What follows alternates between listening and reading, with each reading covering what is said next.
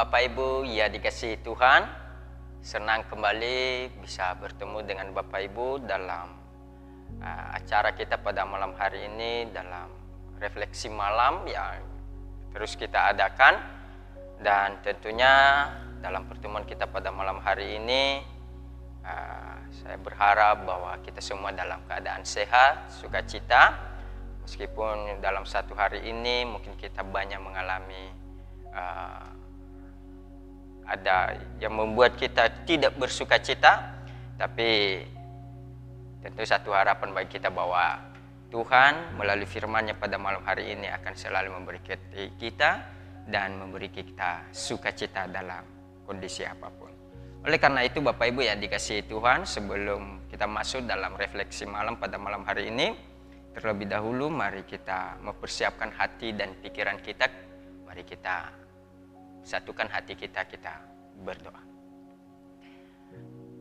Allah Bapa kami yang ada dalam kerajaan surga, yang kami sembah dan kami puji dalam nama Tuhan kami Yesus Kristus. Kami bersyukur pada malam hari ini Tuhan boleh terus memberikan kami kesehatan dan Tuhan terus sertai kami, sehingga pada malam hari ini kami boleh bersama kembali bertemu dengan jemaat Tuhan di dalam refleksi malam pada malam hari ini. Berkati kami semua ya Tuhan, kami akan mendengarkan firman Tuhan. Urapi kami dengan kuasa Roh Kudus-Mu sehingga firman-Mu boleh memberkati dan menguatkan setiap iman kami. Jemaat-Mu dimanapun berada yang menyaksikan siaran ini, Tuhan berkati, Tuhan berikan kesehatan dan sukacita bagi setiap mereka. Terima kasih ya Tuhan, kami akan membaca firman Tuhan. Urapi kami dengan kuasa Roh Kudus-Mu. Ampuni kami akan segala dosa dan pelanggaran kami. Dalam nama Yesus kami berdoa. Amin. Ya Bapak Ibu ya dikasihi Tuhan, sebelum kita mulai pada malam hari ini di dalam sebuah refleksi bagi kita, maka saya mau mendasari dengan satu bagian firman Tuhan yang tentunya ini sangat memberkati saya secara pribadi, dan saya mau membagikannya kepada Bapak Ibu supaya Bapak Ibu juga boleh diberkati melalui firman Tuhan ini. Yang terambil di dalam kitab Habakuk pasal 3, kita baca dari ayat 17 sampai ayatnya ke-19. Habakuk pasal 3 ayat 17 sampai ayatnya yang ke-19, begini kebenaran firman Tuhan. Sekalipun pohon ara tidak berbunga, pohon anggur tidak berbuah, hasil pohon zaitun mengecewakan. Sekalipun ladang-ladang tidak menghasilkan bahan makanan, kambing domba terhalau dari kurungan, dan tidak ada lembu sapi dalam kandang. Namun aku akan bersorak-sorak di dalam Tuhan, beria-ria di dalam Allah yang menyelamatkan aku. Allah Tuhanku itu kekuatanku. Ia membuat kakiku seperti kaki rusa. Ia membiarkan aku berjejak di bukit-bukitku. Demikian firman Tuhan. Bapak Ibu, yang berbahagia adalah orang yang mendengarkan, memelihara, merenungkan, dan melakukan firman Tuhan di dalam kehidupannya setiap hari. Bapak Ibu ya dikasihi Tuhan, di dalam refleksi pada malam hari ini bagi kita menarik Bapak Ibu bahwa kalau misalnya saya mau menceritakan sedikit tentang beberapa kejadian-kejadian yang mungkin kita sering dengar di media sosial Bapak Ibu, bahwa ada banyak orang melakukan tindakan-tindakan yang menurut saya yang sangat mengecewakan dan menyakiti hati Tuhan hanya karena ada rasa kecewa dan masa-masa sulit dalam hidupnya. Dalam beberapa bulan yang lalu, sekitar sebulan lebih, kita mendengarkan ada seorang pria, seorang petinju asal Sumatera Utara, meloncat dari kamar hotel yang begitu tinggi, bunuh diri. Kenapa terjadi demikian Bapak Ibu? Setelah dicari tahu, hal itu bisa terjadi karena rasa kecewa. Kecewa karena kenapa? Karena kecewa pasangannya meninggalkan dia atau menikah dengan orang lain. Bahkan beberapa kejadian-kejadian yang sering juga kita lihat di media sosial, baik itu di Facebook, di TikTok, di YouTube, dan lain sebagainya. Acap kali kita melihat sebuah kejadian, ada seorang ibu yang rela membunuh anaknya hanya karena kesulitan ekonomi atau tidak mampu membiayai atau menafkahi anak. Ini adalah situasi yang tragis yang bisa kita dengar, dan mungkin banyak juga Bapak Ibu hal-hal lain yang bisa kita dengar di media sosial, bahkan mungkin kita saksikan sendiri. Hal-hal itu bisa terjadi karena kesulitan-kesulitan. Oleh karena itu Bapak Ibu ya dikasihi Tuhan, maka menarik Bapak Ibu bahwa semua orang bisa mengalami yang namanya rasa kecewa. Ya, rasa kecewa dalam hidup semua orang pasti akan mengalaminya itu. Namun yang menjadi alasan adalah apa yang membuat dia kecewa. Seseorang bisa kecewa karena apa yang dia harapkan tidak sesuai dengan yang terjadi. Jadi ketika kita mengharapkan sesuatu yang terjadi malah seperti ini, kita mengharapkan A tapi yang terjadi B, ya terkadang itu membuat kita kecewa. Kita mengharapkan sesuatu bahwa bisnis kita lancar, usaha kita, ya.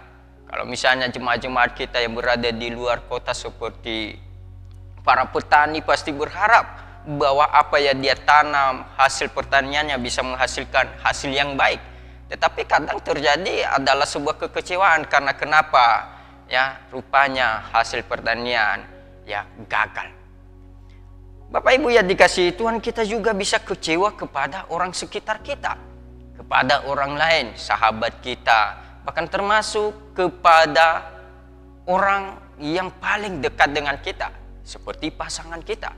Seorang suami bisa saja kecewa kepada istrinya, ya, karena mungkin apa ya diharapkan kepada istrinya, dia pengen istrinya seperti ini, tapi justru istrinya berlaku hal sebaliknya. Atau mungkin juga seorang istri bisa kecewa kepada suaminya, atau orang tua bisa kecewa kepada anak-anak. Nah Bapak Ibu ya dikasihi Tuhan, kekecewaan adalah hal yang sangat lumrah terjadi. Itu umum, semua orang bisa mengalami rasa kecewa. Demikian juga Bapak Ibu ya dikasihi Tuhan, bahwa kalau kita melihat juga ada banyak juga orang bisa kecewa kepada Tuhan. Ya. Bukan hanya kecewa kepada manusia, bukan hanya kecewa kepada orang-orang sekitarnya, tapi bisa saja juga dia kecewa kepada Tuhan. Ya. Kenapa bisa kecewa kepada Tuhan Bapak Ibu ya dikasihi Tuhan? Ketika segala sesuatu yang diharapkannya tidak sesuai dengan apa yang diinginkan. Atau ketika sesuatu yang terjadi itu tidak sesuai dengan apa yang terjadi. Kita kecewa ketika sepertinya Tuhan membiarkan mimpi kita sirna. Ya, kita mengharapkan kalau misalnya cita-cita seorang orang tua kepada anaknya, dia pengen anaknya nanti menjadi seperti ini, menjadi sarjana, lulus sarjana, bekerja, tetapi justru sebaliknya malah tidak terjadi demikian. Bahkan mungkin juga dalam sebuah usaha kita, sebuah bisnis, kita pengen bahwa bisnis kita nanti, usaha kita nanti akan berkembang. Di tahun ini kalau bisa saya sudah memiliki ini, dan lain sebagainya. Tetapi setelah sampai pada titik itu malah sebaliknya, bukannya usaha makin berkembang, tapi bisa saja juga kita mengalami yang namanya kegagalan atau bangkrut dalam sebuah bisnis, dan itu bisa membuat kita kecewa. Oleh karena itu Bapak Ibu yang dikasihi Tuhan, banyak orang kecewa kepada Tuhan ketika segala sesuatu yang diharapkan, bahkan segala sesuatu yang dia doakan tak kunjung tercapai. Misalnya Bapak Ibu yang dikasihi Tuhan, kita mendoakan sesuatu yang mungkin menjadi kebutuhan kita, tetapi justru apa yang kita doakan itu malah tidak terjadi Bapak Ibu yang dikasihi Tuhan. Dan kadang orang mempertanyakan, loh di mana Tuhan itu? Ketika kita melangkah di luar sana ada banyak kejahatan-kejahatan yang terjadi. Kadang kita bertanya kepada di mana itu Tuhan? Ya, kok Tuhan seolah-olah terdiam ketika terjadi hal-hal yang tidak kita inginkan itu Bapak Ibu. Maka hal-hal itu acap kali membuat kita kecewa. Nah oleh karena itu Bapak Ibu, maka saya katakan tadi bahwa kecewa itu adalah hal sesuatu yang bisa saja terjadi dalam kehidupan kita. Tapi yang menjadi penting bagi kita bagaimana kita menghadapi setiap rasa kecewa itu. Ya, sekali lagi saya katakan bahwa rasa kecewa itu adalah sesuatu hal yang bisa saja terjadi kepada siapapun. Tetapi bagaimana kita menghadapi rasa kecewa itu di dalam kehidupan kita? Ada banyak orang menghadapi rasa kecewanya ya dengan sabar, dengan tenang sambil mencarikan solusi. Tetapi ada banyak juga orang yang kecewa karena masa sulit, kecewa karena diputuskan oleh pasangan dan lain sebagainya, dan melakukan tindakan yang tidak terpuji. Contohnya seperti orang bunuh diri, ya, lompat dari jembatan, lompat dari kamar hotel, bahkan seperti seorang ibu yang membuang anaknya, ya, di tong sampah karena terlilit, ya, hutang atau tidak mampu membiayai kebutuhan anak, ya, karena situasi yang sulit. Maka oleh karena itu Bapak Ibu ya dikasihi Tuhan, di dalam firman Tuhan yang kita baca pada malam hari ini sebagai refleksi hidup dalam hidup kita, ya, maka kita belajar dari Nabi Habakuk. Kalau kita membaca di dalam pasal pertama, ya, maka Nabi Habakuk juga di situ kita melihat bahwa dia itu kecewa sebenarnya kepada Tuhan. Ya. Dia sepertinya sedang mencari keadilan Tuhan. Kalau kita membaca di pasal pertama ayat yang kedua, dia berkata begini, "Berapa lama lagi Tuhan, aku berteriak tetapi tidak kau dengar. Aku berseru kepadamu penindasan tetapi tidak kau tolong. Mengapa engkau memperlihatkan kepadaku kejahatan, sehingga aku memandang kelaliman, ya, aniaya dan kekerasan ada di depan mataku. Perbantahan dan pertikaian terjadi. Itulah sebabnya hukum kehilangan kekuatannya dan tidak pernah muncul keadilan. Sebab orang fasik mengepung orang benar. Itulah sebabnya keadilan muncul terbalik." Jadi di situ Bapak Ibu ya dikasihi Tuhan, kalau kita membaca di pasal pertama itu, Nabi Habakuk sedang mempertanyakan, di mana Tuhan? Di mana keadilan Tuhan? Kok seolah-olah Tuhan itu terdiam ketika dia melihat orang jahat, melihat orang fasik sedang menindas orang yang benar. Ya kan? Mungkin Nabi Habakuk sudah berdoa kepada Tuhan ingin dibebaskan, ya kan? Tetapi justru sebaliknya Tuhan sepertinya tidak bertindak apa-apa. Dia berdoa, semakin berdoa kepada Tuhan, tapi Tuhan semakin diam. Tidak melakukan sesuatu untuk membebaskan mereka yang sedang berada dalam penindasan. Maka acap kali juga terjadi kalau kita melihat kok orang yang rajin beribadah kepada Tuhan, rajin dalam pelayanan, tetapi mereka malah terus dihatam oleh pergumulan, dihatam oleh persoalan, ya kan? Tapi kalau kita melihat orang di luar sana yang hidupnya jauh dari Tuhan, tidak pernah berdoa, tidak pernah bersekutu, tidak pernah beribadah kepada Tuhan, tapi hidupnya sejahtera, ya kan? Hidupnya sehat-sehat saja, bisnisnya lancar, usahanya lancar. Loh, kok kita yang hidup dekat dengan Tuhan tapi bertubi-tubi terus, pergumulan terus ada di dalam kehidupan kita. Terkadang dalam situasi seperti itu kita mempertanyakan, di mana Tuhan? Ya, kok saya yang berdoa kepada Tuhan tapi sepertinya Tuhan terdiam, tidak menjawab doa-doa saya. Nah, Bapak Ibu ya dikasihi Tuhan, itu kadang membuat seseorang bisa kecewa, dan bisa saja karena kecewanya itu sampai pada akhirnya nanti dia meninggalkan Tuhan. Akhirnya nanti gak heran kalau kita di dalam bergereja banyak orang yang kecewa kepada Tuhan, banyak orang yang kecewa kepada sesamanya, akhirnya meninggalkan persekutuan. Tidak lagi mau datang beribadah kepada Tuhan, tidak mau lagi datang dalam persekutuan dan lain sebagainya. Karena kenapa? Kecewa. Oleh karena itu Bapak Ibu ya dikasihi Tuhan, maka di dalam firman Tuhan ini, ya, menarik kalau kita hubungkan di pasal yang ketiga ayat 17 itu tadi, dia mengatakan sekalipun pohon ara tidak berbuah dan lain sebagainya. Di situ juga menyampaikan bahwa kalau misalnya Bapak Ibu ya dikasihi Tuhan, kalau kita menonton sebuah film, maka pasti ya kita tunggu-tunggu dari sebuah tontonan itu adalah happy endingnya, ya. Bagaimana kisah terakhirnya itu Bapak Ibu? Apakah membuat kita bahagia atau justru membuat kita kecewa? Gimana ini film ini kurang bagus, ya? Gak ada happy endingnya. Tentunya hal yang kita nanti-nantikan adalah happy ending. Bagaimana film itu menggugah kita, memberikan kita sebuah sukacita, kebahagiaan, ya. Maka di sini kita juga melihat bahwa happy ending dari rasa kecewa yang dialami oleh Habakuk, Bapak Ibu yang dikasihi Tuhan, dia mulai mempercayai Tuhan, ya. Kalau kita melihat bahwa sekalipun segala sesuatunya mengecewakan, ya, pohon ara tidak berbunga, pohon anggur tidak berbuah, hasil pohon zaitun mengecewakan, sekalipun ladang-ladang tidak menghasilkan bahan makanan, kambing domba terhalau dari kurungan, dan tidak ada lembu sapi dalam kandang dan sebagainya Bapak Ibu. Tetapi, ya, inilah happy ending yang saya katakan itu. Tetapi namun aku akan bersorak-sorak dalam Tuhan. Inilah sukacita yang bisa kita peroleh dari Nabi Habakuk.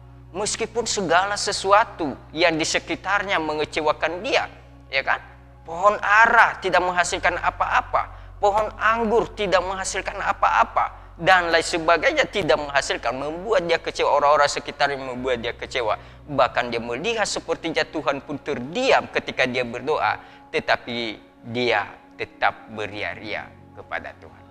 Ini adalah sebuah keputusan yang menarik dalam hidup Bapak Ibu yang dikasihi Tuhan. Ketika kita mengalami masa-masa sulit, ketika kita mengalami yang namanya masalah, pergumulan dan sebagainya, bahkan kekecewaan, bagaimana respon kita memahaminya sama seperti itu? Apakah kita masih tetap bersuka cita di dalam Tuhan atau justru sebaliknya?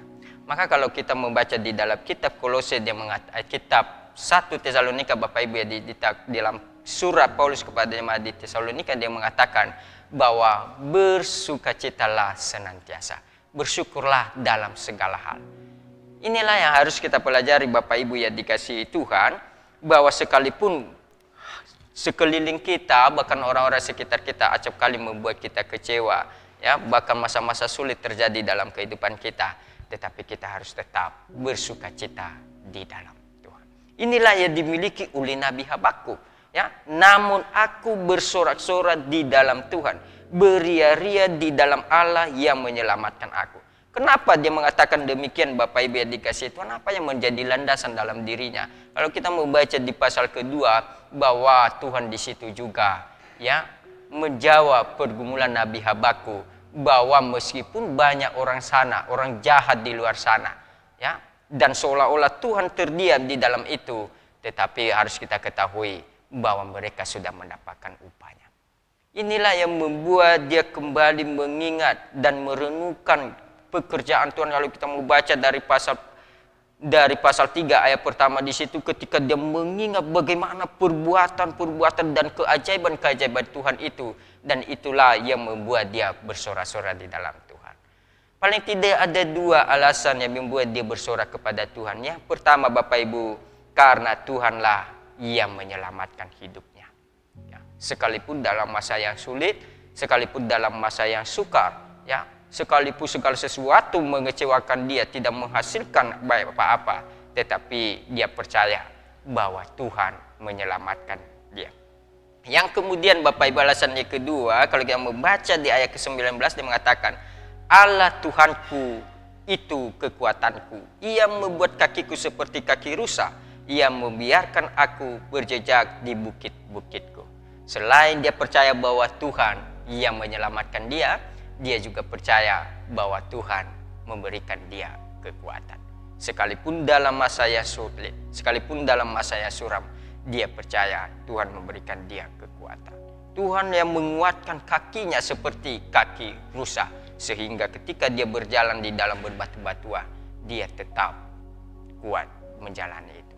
Saya percaya Bapak Ibu yang dikasihi Tuhan, bahwa bicara tentang kecewa mau tidak mau membawa kita pada sebuah pembicaraan tentang apa yang kita percayai di dalam hati kita, tentang diri kita, tentang Tuhan, tentang kehidupan. Di balik kemarahan dan kekecewaan kita Bapak Ibu yang dikasihi Tuhan, maka perlu kita memahaminya bahwa ada Tuhan di balik itu. Tuhan tidak pernah terdiam ketika kita mengalami rasa kecewa. Tuhan tidak pernah terdiam ketika kita mengalami masa sulit. Kita tidak sendiri. Alkitab mencatat Bapak Ibu yang dikasihi Tuhan, bahwa ada banyak tokoh-tokoh di dalam Alkitab juga yang mengalami kecewa dalam hidupnya. Contohnya seperti Yunus Bapak Ibu, dia kecewa kepada Tuhan. Ya kan? Kenapa dia kecewa? Karena Tuhan membuat bangsa Niniwe bertobat. Kan dia sebenarnya dalam hatinya, ya, dia marah kepada Tuhan. Kenapa Tuhan membuat bangsa ini yang jahat ini bertobat? Tetapi apa perkataan Tuhan kepada Yunus? Layakkah engkau marah karena hal itu? Layakkah engkau marah karena hal itu? Bapak Ibu yang dikasihi Tuhan, firman Tuhan pada malam hari ini mengingatkan kita. Mari kita terus bersukacita di dalam Tuhan. Mari kita terus beria-ria di dalam Tuhan. Meskipun masa-masa sulit terjadi di dalam kehidupan kita. Maka kesimpulan bagi kita Bapak Ibu yang dikasihi Tuhan di dalam refleksi pada malam hari ini, yang mau saya sampaikan bagi kita adalah bahwa walaupun segala sesuatu tampak suram, dan tidak ada hasil yang terlihat, tapi mari kita berkata, aku akan tetap bersuka cita di dalam Tuhan. Situasi kehidupan tidaklah menentukan keadaan kita dalam kehidupan ini, dalam menjalani kehidupan ini bersama dengan Tuhan. Yang paling penting adalah bagaimana keadaan, kedekatan kita kepada Tuhan yang selalu memberi kekuatan kepada kita dan senantiasa percaya bahwa Tuhan bekerja mendatangkan kebaikan bagi setiap orang yang percaya kepada kita. Mungkin kita melihat bahwa Tuhan sepertinya terdiam di saat kita sedang mengalami rasa kecewa, tapi harus kita tahu bahwa Tuhan tetap ada bersama dengan kita. Dia tidak pernah meninggalkan kita dalam rasa kecewa dan masa sulit yang sedang kita hadapi. Maka oleh karena itu, mari kita beria-ria, bersorak-sorak di dalam Tuhan, sekalipun di dalam situasi yang sulit. Demikian refleksi pada malam hari ini bagi kita, ya sangat sederhana, dan biarlah firman Tuhan yang sudah kita baca boleh menguatkan iman kita untuk kita semakin bersuka cita di dalam Tuhan. Tuhan memberkati, mari kita berdoa. Terima kasih ya Tuhan untuk firman Tuhan yang sudah kami baca pada malam hari ini menjadi sebuah refleksi dalam hidup kami, untuk kami boleh terus bersuka cita di dalam Tuhan. Sekalipun segala sesuatu yang kami kerjakan tidak menghasilkan apa-apa, sepertinya tidak ada buah dari apa yang sudah kami kerjakan, tapi kami percaya bahwa Tuhan tidak terdiam, bahwa suatu saat nanti Tuhan akan memberikan kami sukacita. Biarlah kami boleh bersorak-sorak di dalam Engkau ya Tuhan, karena Tuhan sendirilah yang memberikan kami keselamatan dan kekuatan di dalam menjalani setiap masa-masa sulit dalam kehidupan kami. Terima kasih untuk firman-Mu ya Tuhan, tolonglah dan mampukan kami di dalam melakukannya dalam kehidupan kami sehari-hari. Kami berdoa ya Tuhan untuk setiap jemaat Tuhan dimanapun mereka berada yang mendengarkan firman-Mu pada malam ini. Tuhan urapi mereka dengan kuasa Roh Kudus-Mu dan Tuhan kuatkan mereka di dalam segala pergumulan mereka. Dalam nama Tuhan kami Yesus Kristus kami berdoa. Amin.